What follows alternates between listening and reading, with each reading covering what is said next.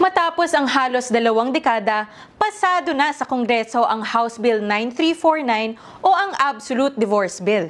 Yan ang tatalakayin natin sa segment na Rights Watch. With 126 members voting in the affirmative, 109 in the negative, and 20 abstentions, House Bill number 9349 is approved on third. Pasado sa third and final reading sa House of Representatives ang Divorce Bill. Inaprubahan nitong May 22 ang House Bill 9349 na ginagawang legal ang diborsyo bilang opsyon para sa mga mag-asawang hindi na maayos o nasa mapang-abusong relasyon. Halos 2 dekada nang itinutulak ng iba't ibang women's groups na maging batas ang divorce sa Pilipinas. Sa buong mundo, ang Pilipinas na lang, maliban sa Vatican City, ang bansa na hindi legal ang diborsyo. Sabi ng mga tutol sa divorce, makakasira raw ng pamilya kung maging legal ito. Pero paliwanag ni Representative Arlene Brosas ng Gabriela Women's Party, hindi ito totoo. This is not about religion. This is not for the happy relationships ng mga tao.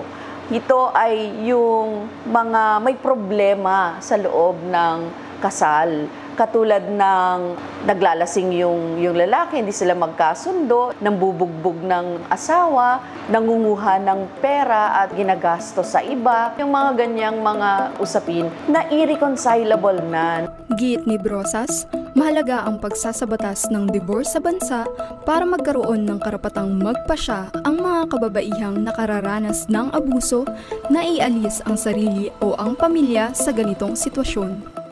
Ang mga kababaihan na humihiling nito na nasa mga trapped marriages, sa failed marriages na hindi makawala-wala. Mostly, ang makikinabang sinasabi namin ay kababaihan. Kung bakit, nasa datos natin yon. 1 out of 5 ay nagkakaroon ng mapang-abusong relasyon. Dagdag ng Gabriela Women's Party, hindi lang physical abuse ang nararanasan ng mga kababaihan. 23% ng mga babaeng kasal ang nagdurusa rin ng emotional abuse mula sa kanilang mga asawa. Yung mga ganyang statistics natin sa usapin ng kasal, pinapangatwiranan lang yan na may pangangailangan talaga sa diborsyo. Ayon kay Representative Brosas, may papel ang Estado para protektahan ang mga kababaihang nasa mapang-abusong relasyon, kaya't makatwiran lang na may divorce bill. Kaya po rights-based approach ang divorce bill na ito. Kasi paglaban ito sa buong karapatan ng kababaihan. Mental, physical, psychological, and economic. You go after dun sa problema, di ba?